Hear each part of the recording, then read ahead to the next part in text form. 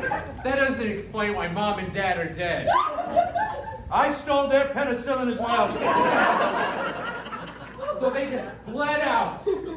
I suppose. I was in the other room with their penicillin.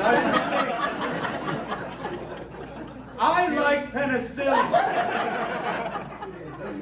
I am your brother. I know! I did one of those ancestry DNA tests, and you came up as my brother.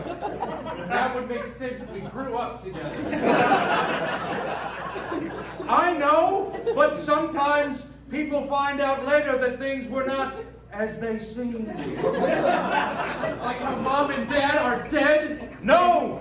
That is exactly as it seems. I think if you go to their graves and dig them up, you'll find they're still very much dead. Ouch, I did not see that coming. I want the truth. How did they die? They were assholes.